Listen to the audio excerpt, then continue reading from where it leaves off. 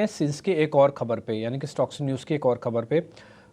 शरद बता रहे थे कि जैसे 50 बिप्स कटा है, ये 4 साल में कटा है फेड की तरफ से, तो जो हाउसिंग फाइनेंस कंपनीज़ हैं उस पर इम्पैक्ट आ सकता है। 2 कंपनीज उन्होंने अपने स्टॉक्स इन न्यूज़ के अंदर डाला था। फर्स्ट डाला एक सरकारी कंपनी LIC हाउसिंग, और दूसरी भी एक हाउसिंग कंपनी है जिसके अंदर मैनेजमेंट चेंज कुछ महीने पहले हुआ, और बैक टू बैक काफ़ी न्यूज़ आ रही हैं, वो है PNB हाउसिंग। तो LIC हाउसिंग और PNB हाउसिंग, इन दोनों के चार्ट एक बार किरण सर आप चेक कीजिए।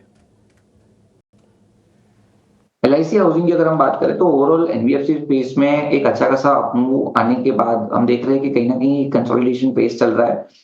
LIC हाउसिंग रिसेंटली जो एक अपमूव भी आया था, वहां से नीचे 630 के आसपास, जहाँ पे 200 डेज मूविंग एवरेज है, वहां से एक अच्छा खासा अपमूव आया, 700 तक गया, लेकिन एक गैप रेजिस्टेंस के कारण ऊपर नहीं जा पाया। वापिस वो लोअर टाइम फ्रेम के अंदर आप देखोगे तो पॉजिटिव डाइवर्जेंस जरूर बने, लेकिन अगर डेली टाइम फ्रेम के ऊपर देखो तो एक राइजिंग ट्रेंड लाइन का सपोर्ट भी है। तो एक नई खरीदारी के लिए तो यहाँ सलाह नहीं रही, लेकिन जिनके पास है वो होल्ड रख सकते हैं। 660 का लेवल इंपॉर्टेंट है, अगर 660 का लेवल ब्रेक होता है तो चांसेस है कि LIC हाउसिंग में और भी गिरावट रह सकती है।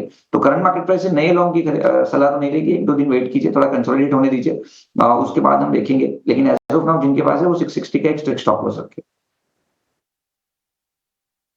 हाउसिंग फाइनेंस यहाँ पे आपके लिए रहा है, और साथ ही PNB हाउसिंग फाइनेंस पर भी नजर रखी। कल हम फोकस कर रहे थे ये जो प्लेटफॉर्म वाले शेयर हैं, वहां पर जबरदस्त तेजी हो रही थी। BSE की बात करें तो इस हफ्ते में करीब करीब 30% के आसपास का उछाल आ चुका है, लेकिन बाकी स्टॉक्स भी चल रहे थे। MCX भी चल रहा था। अगर इस सेगमेंट को थोड़ा सा और बड़ा करें, CDSL भी चल रहा था।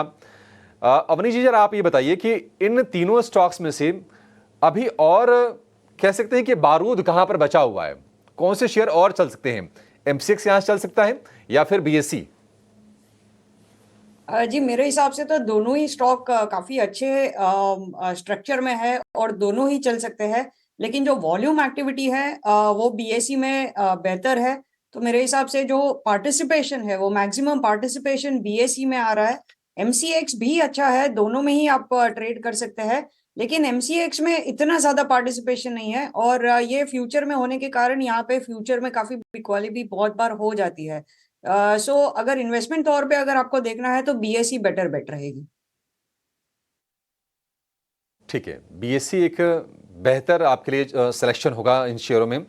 लिकर शेयरों में आज हम हो सकता है कि तेजी का मूव देखें, और वजह जो है जो बड़ी सॉलिड है।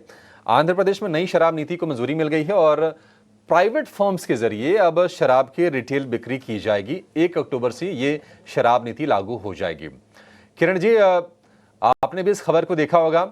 आप बताइए, लिकर स्टॉक्स में टेक्निकली कहां पर आपको ज्यादा स्ट्रेंथ दिख रही है, क्या खरीदना चाहिए? तो लिकर स्टॉक की अगर हम बात करें तो वेंडोवेल यानी कि यूनाइटेड स्पिरिट हो गया, रेडिको खेतान हो गया, और सोम डिस्टिलरी हो गया। तो कहीं ना कहीं Radico Khaitan looks very promising, no doubt. यहाँ पे अभी रन अवे रैली चल रही है, तो करंट मार्केट प्राइस से तो नहीं, लेकिन कोई भी गिरावट आएगी यहाँ पे रेडिको खेतान में समवेयर अराउंड 2200 या तो 2150 के आसपास, तो वहां पे लॉन्ग कीजिए। 2100 का एक स्टॉप लॉस रखिए, और जिस तरह का ये पैटर्न ब्रेकआउट हमें देखने को मिल रहा है, एक लंबा कंसोलिडेशन पैटर्न, ऑलमोस्ट 1 साल का ब्रेकआउट यहाँ पे हमें देखने को मिल रहा है, तो चांसेस है ऊपर में 2500 तक जाने की यहाँ पे जगह दिख रही है। लेकिन कहीं ना कहीं करंट मार्केट प्राइस तो नहीं, लेकिन कोई भी गिरावट आती है तो वहां पे हमें लॉन्ग करना चाहिए। ठीक है। कुछ और शेयर